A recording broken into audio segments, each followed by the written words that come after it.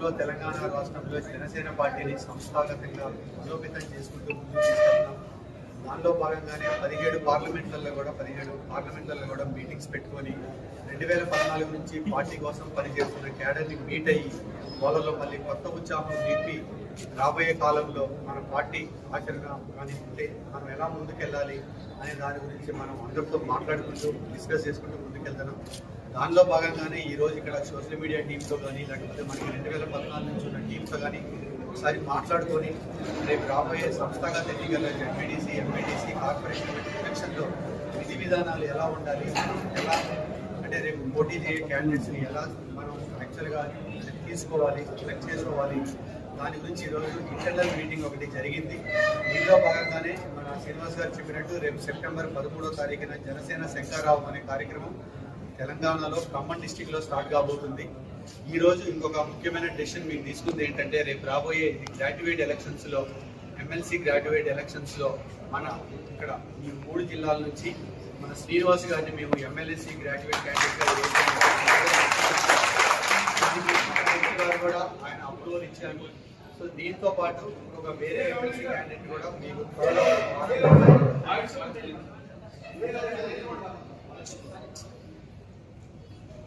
So రాబోయే కాలంలో కూడా రెండో ఎమ్మెల్సీ క్యాండిడేట్ ఎవరనేది కూడా మేము త్వరలోనే మీడియా మిత్రులకి ఆ పేరు కూడా షేర్ చేసుకుంటాము. బట్ ఇప్పటికైతే మీ అందరి సహకారం శ్రీనివాస్ గారికి అందించాలి. ఇక్కడ నుంచి మా జర్నీ స్టార్ట్ అవబోతుంది. రేపు ఖమ్మం లోకల్ బాడీ ఎలక్షన్లో కూడా చాలా బలంగా ముందుకెళ్తున్నాము. 100% చాలా స్ట్రాంగ్ గా చెప్పగలం. జనసేన పార్టీ సపోర్ట్ లేకుండా ఇక్కడ మేయర్ మాత్రం ఫామ్ అవ్వడు. దానికి మా అధ్యక్షుల వారు కూడా ఖమ్మం ఇక్కడ ఒక 5 ప్లేస్లలో మీటింగ్స్ కూడా మేము యాక్చువల్గా ప్లాన్ చేస్తున్నాం. దానికి సంబంధించి సెప్టెంబర్ 29th కానీ అక్టోబర్ 2nd కానీ హైదరాబాద్లో యువతతో జంజీతో 5,000 మందితో మీటింగ్ కూడా చేయబోతున్నాము. ఈ విధంగా మనం తెలంగాణలో బలంగా జనసేన పార్టీని ముందుకు తీసుకెళ్లబోతున్నాం. రాబోయే కాలంలో మీకు ఇంకా వేరే విషయాలు కూడా షేర్ చేసుకుంటాం, మేము ఎలా చేస్తున్నాం ఏంటనేది. బట్ ప్రస్తుతానికైతే ఈరోజు ఈ మీటింగ్ యొక్క ముఖ్య ఉద్దేశం ఏంటంటే ఖమ్మంలో లోకల్ బాడీ ఎలక్షన్స్లో జనసేన పార్టీ ఎలా పోటీ చేయబోతుంది ఏంటనే దానికి సంబంధించి కొన్ని ఇంటర్నల్ డెసిషన్స్ తీసుకోవడం జరిగింది. అది మీడియా మిత్రులకి షేర్ చేసుకోవడానికి మీటింగ్ తీసుకుంటాం. ఇంకోటి ఈ మీటింగ్లో మేము అందరం కలిసి తీర్మానించుకుంది గడాల శ్రీనివాస్ గారిని ఎమ్మెల్సీగా పోటీలో నిలబెట్టబోతున్నాం.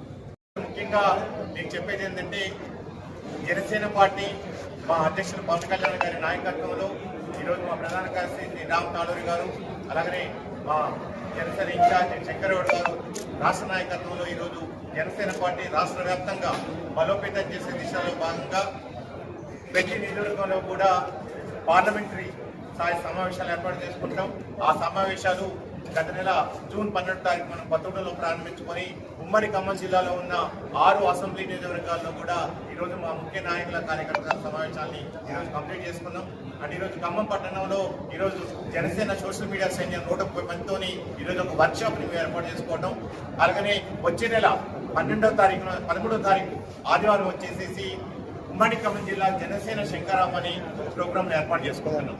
సో ఈ విధంగా మా జనసేన పార్టీ భావజాలం ఏదైతే ఉందో నీతి నిజాయితీ నిబంధనతో కూడిన ఒక రాజకీయాలు చేయడం కానివ్వండి, ప్రజలే కేంద్రంగా పరిపాలన కానివ్వండి, రాజకీయ జవాబుదారీతనం కానివ్వండి, పారదర్శక పరిపాలన కానివ్వండి, ప్రాంతీయతలు విస్మరించిన జాతీయవాదం కానివ్వండి, వీటన్నిటి ద్వారా మేము రాష్ట్ర వ్యాప్తంగా అండ్ రాష్ట్రంలో ప్రస్తుతం ఉన్న పార్టీలకి ఒక ప్రత్యామ్నాయ రాజకీయ శక్తిగా ఈరోజు జనసేన పార్టీ ఎదగడానికి ప్రయత్నం చేస్తుంది.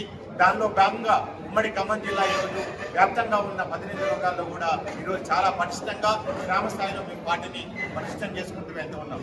అండ్ ఇకపోతే ఈరోజు ఏదైతే ప్రజాప్రభుత్వం పేరు మీద గత 2.5 సంవత్సరాలు పైగా ఏదైతే కాంగ్రెస్ పార్టీ పరిపాలిస్తుందో అనేక రకాల అబద్ధ హామీలు ఇచ్చి సుమారు 42 పేజీలకు పైగా ఒక మేనిఫెస్టో, 6 గ్యారంటీలు, 400 పైగా హామీలు, ఎన్నో కళ్ళబొల్లి కబుర్లు చెప్తూ ఈరోజు అధికారంలో రావడం జరిగింది.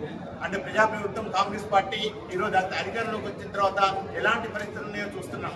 అంటే ముఖ్యంగా ఉమ్మడి ఖమ్మం జిల్లా వరకు తీసుకుంటే మనకి 3 మంత్రులు ఉన్నారు. మరి 3 మంత్రుల జిల్లాల్లో వాళ్ళ నియోజకవర్గాల్లోనే ఉన్న అభివృద్ధి మనం చూస్తే చాలా చాలా చాలా బాధ అనిపిస్తుంది.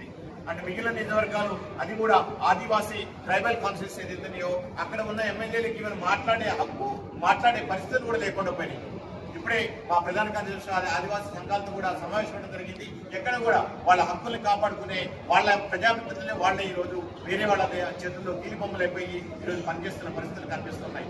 అంటే మంత్రులు ఎవరైతే ఉన్నారో ముగ్గురు కూడా చాలా ముఖ్యమైన శాఖలు నిర్వహిస్తున్నారు ఉమ్మడి ఖమ్మం జిల్లాకు సంబంధించి. బట్ ఇక్కడ పరిపాలన పరంగా కానివ్వండి, అభివృద్ధి పరంగా కానివ్వండి, విద్యాపరంగా కానివ్వండి, ఉపాధి పరంగా కానివ్వండి, కొత్త పరిశ్రమల పరంగా కానివ్వండి, లేదా కొత్త ప్రాజెక్టు పరంగా కానివ్వండి, ఎక్కడ కూడా ఎలాంటి అభివృద్ధి కానరావట్లేదు. ఏదైతే నా చిన్నప్పుడు ఇదే ఖమ్మంలో కానివ్వండి, కొత్తగూడలో కానివ్వండి ఎలాంటి అభివృద్ధి అలాంటి అభివృద్ధి ఈరోజు మనం చూస్తున్నాం. ఎస్పెషల్లీ ఉమ్మడి ఖమ్మం జిల్లా వచ్చేసి ఆదివాసీ జిల్లా, వెనుకబడిన జిల్లా. అంటే అలాంటి అప్పుడున్న అభివృద్ధి, అప్పుడున్న పరిశ్రమలు ఇప్పటికీ ఉండేదంటే ఎలాంటివి లేదు. సీతారామ ప్రాజెక్టు ఒకప్పుడు టీఆర్ఎస్ పార్టీ మీ తెలంగాణ సాధించడం అని చెప్పి సుమారు 10 సంవత్సరాలు పరిపాలించింది. ఈ తెలంగాణ రాష్ట్రాన్ని ఒక బంగారు తెలంగాణ రాష్ట్రం చేస్తానని చెప్పి చెప్పింది. బట్ వాళ్ళు బంగారు తెలంగాణ రాష్ట్రం పక్కన పెట్టుకోండి, వాళ్ళ కుటుంబాలు మాత్రం చాలా బంగారం అయిపోయినాయి. బట్ ఇక్కడ చూస్తే మాత్రం ఆ సీతారామ ప్రాజెక్టు ఎక్కడ వేసిన బొంగలు అక్కడే ఉన్నది. సుమారు 6 లక్షల ఆయకట్టు, 6 లక్షల ఎకరాల ఆయకట్టుకి ఈరోజు మీరు నీరందించాలి.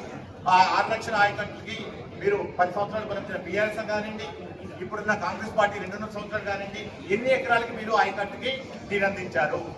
ఇవన్నీ వదిలిపెట్టేస్తే చిన్న ఉదాహరణ, మన రాజీవ్ కెనాల్ అని చెప్పేసి ఒకటి జులూర్పాడు నుంచి ఏన్పూర్ వరకు ఈరోజు స్టార్ట్ చేశారు. సుమారు 72 కోట్లు ఖర్చు పెట్టారు. ప్రజాధనం వచ్చేసేసి ఒక క్లాస్ 1 కాంట్రాక్ట్ పెట్టారు. పెట్టిన తర్వాత కూడా ఈరోజు 4 సొంత గడ్లు పడ్డాయి. అవన్నీ కొట్టుకుపోయినాయి. అంటే ప్రజాధనం అంటే ఇది మీ ఇంట్లో సొమ్ము కాదు కదా, మీ తాతలు మీ తండ్రులు సంపాదించిన ఆస్తులు మీరు పెట్టట్లేదు కదా, ఇది ప్రజల సొమ్మే కదా. సో ఇలాంటి పరిస్థితులు మీరు ఈ విధంగా మీరు రాజ్యం వెళ్తూ ఉంటే, ఈ విధంగా మీరు అధికారం చెలాయిస్తుంటే ఇంక ఏం చెప్పాలి? ఎవరి డబ్బులు ఇవన్నీ కూడా? అలానే ఖమ్మం కార్పొరేషన్ ఎక్కడ చూసినా సరే దుర్గంధం, అన్ని నిధులన్నీ కూడా రాబోయే ఒక 2-3 నెలల్లో ఎలక్షన్స్ రాబోతున్నాయి. అంటే ఈవెన్ ఎలక్షన్స్ వచ్చిన టైంలో కూడా మీకు సోయి స్పృహ లేదు. అంటే డీల్ కుంభకోణం చాలా దారుణమైన విషయం. కొత్తగూడెం కార్పొరేషన్ లో సుమారు 600 కోట్ల రూపాయలతోనే అంటే ఉన్న వాటికే అవే నిధి దీపాలు, అవే రోడ్లు, అవే డ్రైనేజీలు. అంటే ఏ పార్టీ అధికారంలోకి వచ్చినా సరే ఇవే కార్యక్రమాలు చేపట్టడం. ఒక పక్క టెండర్లు, ఒక పద్ధతి, ఒక ఫాలో లేదు, ఒక డ్యూ ప్రొసీజర్ ఫాలో అయ్యేది లేదు. సో ఇలా కుంభకోణాలు చేసుకునే ఒక పార్టీ లాగా తప్పితే ఇంకొక పార్టీ లాగా ప్రజలకు నమ్మకానికి ఎన్నో హామీలు చెప్పింది. ఇక్కడే వాళ్ళ అధ్యక్షుడు రాహుల్ గాంధీ గారు రావడం జరిగింది. ఇక్కడే సమావేశం పెట్టుకున్నారు. అనేక రకాల హామీలు ఇచ్చారు. మామూలు హామీల నిరుద్యోగ యువతికి మొదటి సంవత్సరంలో 2 లక్షల ఉద్యోగాలు ఇస్తారని చెప్పారు. 2 లక్షలు పెట్టండి, 2.5 సంవత్సరాల్లో కూడా కేవలం 50,000 ఉద్యోగాలు కూడా ఇవ్వలేదు. మీరు ఎన్ని నోటిఫికేషన్లు ఇచ్చారు, ఎన్ని ఉద్యోగాలు ఇవ్వాలి? అయినా సరే నిరుద్యోగ యువత ఇప్పటికి కూడా అశోక్నగర్ చౌరస్తాలో ఈరోజు ధర్నాలు కూర్చోవడానికి పరిస్థితి ఏర్పడింది. అంటే విద్యార్థులకి ఫీజు రియంబర్స్మెంట్ పోయిన పాత బంగారు తెలంగాణ గవర్నమెంట్ వచ్చేసేసి 7,500 కోట్ల రూపాయలు, ప్రస్తుత ప్రజాప్రభుత్వం వచ్చేసి 2,500 కోట్ల రూపాయలు, 10,000 కోట్ల రూపాయలకు పైగా ఈ రోజు విద్యార్థులకు ఫీజు రీయింబర్స్మెంట్ చేయలేదు.